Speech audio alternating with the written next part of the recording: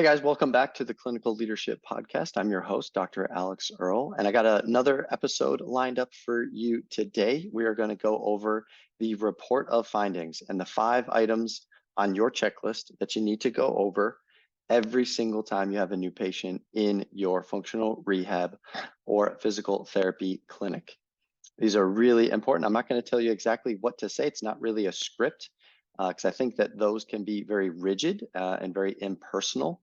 I remember going through a coaching program when I first graduated from chiropractic school and was told to follow this script to a T. Don't change any of the words. And don't get me wrong, there's a time and a place for a script. However, as soon as I started speaking from the script, I realized I was losing people because it just wasn't me. It wasn't a genuine delivery because maybe I didn't stand by exactly what was described in the script, or it was coming from a place of fear. It was a fear-mongering type script that this practice management group had typed up for me to say to a patient. And if you know me at all, I don't come from a place of fear in the clinical setting. I think that there's a whole host of negativity in the world. They're not going to hear an additional negative word or comment or phrase from me when patients are already inundated with negativity left and right, front and center, top and bottom, everywhere they turn. So today's episode is for you. If you want a cool little rubric, or at least a checklist, I think I'll call it a checklist of the 5 things that you should clearly communicate to your new patients at the report of findings. Some people do report of findings on day 1, just at the end of the exam. Perfect. It's not wrong. Some people, like us, we do it on day 2 at the very start of the second visit. We put it all out on the line and we let them know the 5 things that we discuss on this episode. But before I go any further, this episode today actually has 2 sponsors. First one is our main sponsor of the Clinical Leadership Podcast, which is Midwest Rehabilitation Institute. We are an education entity, and we also have a coaching consulting side or division of our business as well. Today's episode is sponsored by Midwest. If you'd like to learn more about CEU events or any upcoming coaching programs, go to mwri.co. We've got a ton of in-person CEU events in 2024. Nothing beats in-person events. I'm obviously biased because we run an education entity, but the webinar, the e-courses, the distance learning, that gets you some pretty good information. But still, like as if I'm recording this right here in my home, I'm limited in my creativity when I do things online. If I take a class and I'm sitting in my room all day, every day, I'm limited to the creativity of these 4 walls, believe it or not. When I have to get up and travel and fly and book a hotel and take an Uber to a class, and I sit, my rear end into a seat, I'm 100% locked in. No distractions. The creativity, the ideas that I get from just physically being in the room, they're unmatched. I get a lot done when I travel. I get a lot done when I'm sitting in a class, whether I'm teaching it or whether I'm attending it. You can't beat it. And post lockdowns, post COVID, the time is now for us to get back into the classrooms, get back into the seminar events. And if you're like me, you might even be a little rusty coming out of the lockdown. So it's good to get back into the clinical seminar realm once more. So head to MidwestRehabilitationInstitute.com, or if that's too long to type out, you could just do our short URL, which is mwri.co, to check out a class that is headed to your area soon. We're headed to Louisville, we got Chicago, we got Chattanooga, we got Nashville, we got Milwaukee, we got a couple other things in the works as well. So be sure to check out in your area courses that are coming soon. Secondly, we have our first corporate sponsor of the podcast outside of Midwest. Today's episode is also sponsored by JNAP. We have partnered with JNAP for 2024.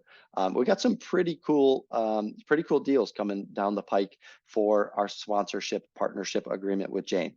So if you are on the verge of starting a new clinic, or you currently run a clinic and you are looking at your options for EHR, In our opinion, obviously, because we reached out to the best and we only want to partner with the best, we would encourage you to check out Jane app and book a discovery call with one of their reps to learn more about how Jane can help your functional rehab clinic. They are offering a special 1 month free for all newcomers that use promo code or corporate code MWRI when they sign up. That's MWRI, and you'll get your first month free simply for listening to this podcast and signing up for a new Jane app account. From my own personal experience, Jane has the best customer service of all the EHR systems I've ever been involved with. And I've been involved with a lot, whether using them in clinic or using them through indirectly through some of the clients that we work with on a regular basis in our coaching programs, which is why in our new Chiro coaching program, which is any student who is looking to start a a functional rehab chiropractic business as soon as they graduate, they want to graduate and they want to open up on their own, we recommend Jane app inside of our new Chiro coaching program. By the way, that program is for people who are new in business within the first 12 months of running their business. That is the new Chiro program, and we recommend all of our clients to sign up with Jane. So those are our quick updates to the sponsors. I really appreciate you guys listening to that. It helps deliver and scale the podcast when we've got such phenomenal sponsors. Obviously, like I said, I'm biased with Midwest, but now we've got Jane app on board, and we're really excited for their partnership in 2024. Now, for today, you're really going to enjoy today's content. I know you're going to get a lot out of it because this information has been shared with me, and I am excited to share it with you. If anything resonates with you, anything that is really that stands out as like your key takeaway, do me a favor and take a screenshot of it. Write your key takeaway out on your Instagram story and tag me or Midwest in it. I am on Instagram at Dr. Alex Earl DC, and you can always tag Midwest, which is at Midwest Rehab. We would love to know what your key takeaways are from today's episode. So without further ado, let's dig into the 5 items you must discuss at your report of findings. All right, buckle up, everybody. Here we go.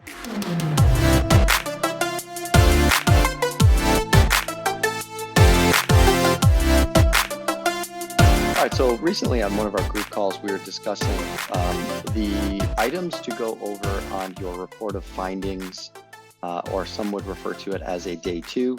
After day 1, we've just gone through their complete patient history, their exercise history, their short and long-term goals, and then the physical exam. And so day 2 is where we come back and we deliver our what we believe to be our working diagnosis and a couple other things, but more importantly, we share the plan and the next steps on what it looks like on their journey with us. And so as a relatively newer in business individual was asking me about this, I thought I'd share my answer that I gave on the group call. Thought I would share with you guys what I answered, and I'm open to feedback on anything that I might be missing, anything that you guys might modify or change. But if you don't currently have some type of checklist of things to discuss or at least cover on your day 2 report of findings day, then I hope that this is a valuable podcast that you would share on social, or if you are currently not implementing a checklist in your practice, then you would consider implementing this right away. It's pretty simple. It's pretty straightforward. It does involve a little bit of prep, but it shouldn't be any additional. It shouldn't be more prep than you currently are doing. And let me just give you a little bit of backstory as to why I wanted to share this with you. Perhaps you're either running a business by yourself right now, or you are working in someone else's business, and so you're then inheriting their systems and their operating procedures. So you've just been doing things the way that you've been told, or you've been trained. But if you are at all considering opening up on your own, or you currently are in business on your own and you want to refine your own systems, then today's podcast episode is really specifically for you. because I'm in that process too of having my systems, but constantly looking to refine them and to sharpen them day in and day out, and week in and week out, and ultimately month in and month out, and year after year, looking to constantly improve. So this is a call to improvement if you currently have something, or if you don't have anything, it's easy to implement, like I mentioned. So here we go. There are 5 things that we highlight and mention in our clinic when we are sitting a patient down to go over exactly what next steps with us look like. And I'll go through them kind of quickly, but we'll unpack them a little bit in the coming episodes, because I think it is important to kind of unpack them in depth to give you a little bit more clarity as to why these are the things that we want to discuss. So the first thing is, it is a report of findings. So you are reporting back to them what you found in your exam, and what, if there's additional imaging, additional lab work, whatever it is that clinically speaking, this is absolutely the point of the clinical discussion. The number one item is, we need you to deliver the working diagnosis. There are times where we get the diagnosis wrong, so that's why I call it a working diagnosis.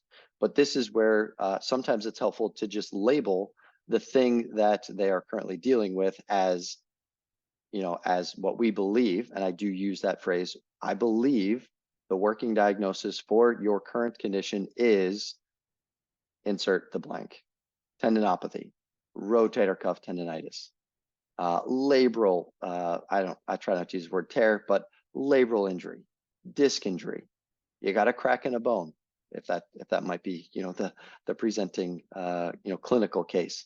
Whatever the clinical presentation is, you have to communicate the working diagnosis. Again, I'm not saying you have to get it correct. I'm saying you have to give your most accurate and of all of the information shared with you, the working diagnosis. So that's number one. What you believe is the working diagnosis, if I can put it so succinctly. Number 2 is the plan.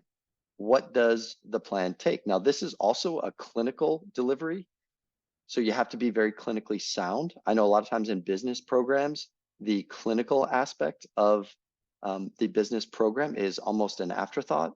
Not with our program. In our world, we are expert clinicians who are trying to run expert businesses.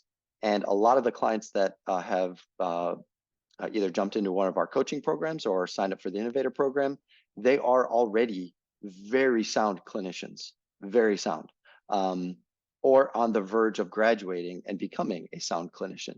And but they recognize that their business skills need to at least line up with or track on the same rate of improvement that their clinical skills are.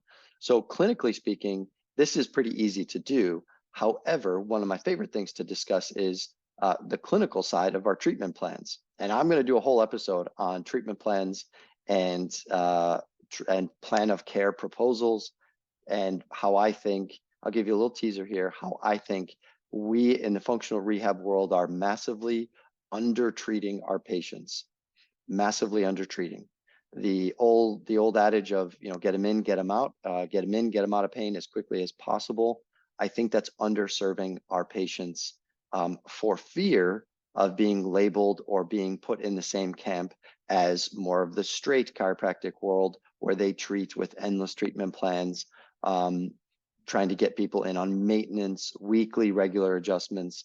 That's not us. That's not our model. That's not what we do. And yet we still have the same fear that we're going to be lumped into the same category and labeled an extreme treatment plan provider or never-ending treatment plans, when that's fundamentally something that we don't do. But because we have that fear, then we swing the pendulum all the way over to the other side. And therefore, as soon as we can, 2, 3, 4 visits, we get someone out of pain, and then boom, we're done. Hey, well done, we got you out of pain, Mrs. Smith. When in reality, the tissue healing timelines do not track along the same timeframes as quickly as symptom modification. That's a topic for another day. I just want to give you a little teaser for that. But number 1, remember, we have to give them a working diagnosis. Number 2, we have to share with them the plan. What does the plan look like? If it's true, if it's accurate. For example, if someone has a knee sprain and we think that they will be, they will need treatment for anywhere from 3 to 6 weeks. I'll give a range. I think that you'll need some rehab here for the next 3 to 6 weeks. I want to see you twice a week for the first 3 weeks, and then once a week or twice a week after for the final 3 weeks. So you can plan on coming in, Mrs. Smith, 1 to 2 times a week for the next 6 weeks. So on the lower end, we're going to see you 6 times. On the higher end, we're going to see you 12 times. That is the plan.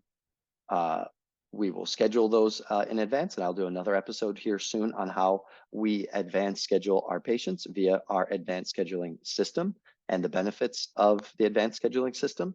But again, the whole point is to make sure that they understand the plan, how many sessions you are recommending as a doctor, and how many weeks that they can plan on this recovery taking. So that's number 2. Number 3 is how do they plan to pay for it? If they're using insurance, we have a lot of clinics that work with us that are hybrid, meaning they have some patients that pay them directly with their cash prices, and then they have some that are in network with they're in network with certain insurance carriers. So we do have a good balance of in network, hybrid, or completely 100% out of network cash clinics. It's irrelevant. It's irrelevant if you take insurance or if you are cash. Patients need to know how much it's going to cost them. And cost is not just financial, it's also a time commitment. It's also an energy commitment. People might, if they work at 8, then we're going to have to get them up and get them to the office by 7:15, to get them out by 7:45 on the way to the office by 8, which takes more energy to get up earlier. Not lost on me that I'm asking for that increase in cost of energy. So we need to be able to answer those questions on what will it cost the patient. And as I said a minute ago, cost is just, finances are just one of the 3 areas that it costs our patients. Of course, it gets all of the attention, as in what will this cost me financially, but we very rarely factor in the time. And that's a huge sales point for us is the time commitment. So anyways, we do have to communicate what it will cost them, whether that is financially, what insurance is going to cover, or what insurance is not going to cover, which would leave the patient portion that they are responsible to pay. From there, once we know how much insurance will cover or insurance is not going to cover and what the amount is that they're going to be held responsible to pay, then we give them a choice on how they want to pay for that. Do you want to pay for it all right now? If we can. Do we want you to pay for it every time you show up? You're dropping your 30, 40. Most recently, we saw an $80 copay at our clinic. That seems absurd to me, but it was, do you just want to pay your copay every time you come in? $80. So every time you show up, we can expect you to pay $80. Perfectly fine. Sometimes we do payment plans for larger deductible plans. If you've got a $5,000 deductible, we're not hitting that in our office. Most likely not hitting that unless it's a post-surgical case. So how would you want to pay for that? And from there, we might break it up into all-in-one, 3 months, 6 months, 12-month payment options for their convenience. So they need to know how they're going to pay for it. And then number 4 is, do they enjoy the sessions? If they enjoyed the exam, if they enjoyed day 2, then there's a greater likelihood that they will continue to follow up with us and come to their appointments on sessions 3, 4, 5, 6, 7, 8. And I say this kind of tongue in cheek, but you could have all the right marketing, you could have all the right sales, you could say all the right things, but at the end of the day, if you are clinically sound and technically insufficient, they'll drop off. I could tell you within 5 to 10 seconds of having a chiro student, a PT student, or an experienced clinician that just oozes confidence, I could close my eyes and I could tell you when the student starts to palpate me, when the student goes to adjust my neck. It's got nothing to do with experience. It's got a lot to do with confidence. There is confidence. There's a level of confidence that can be emitted through your touch. And if you are insufficient in your abilities, technically speaking, and clinically, if you're a little, apprehensive or, if you're just not good, I hate to say it, if you're just not good on the actual thing that we do, which is manual adjustments, soft tissue, functional rehab. If you're not good at that, and therefore patients are not enjoying the sessions, they won't come back. You can make all the right promises in your marketing. You can make all the right sales propositions with your conversion conversation. But at the end of the day, if you suck, they're not coming back. So there is an element that we have to be good. We have to be good at what we do. And so I don't want to downplay the clinical side because it is really important, right?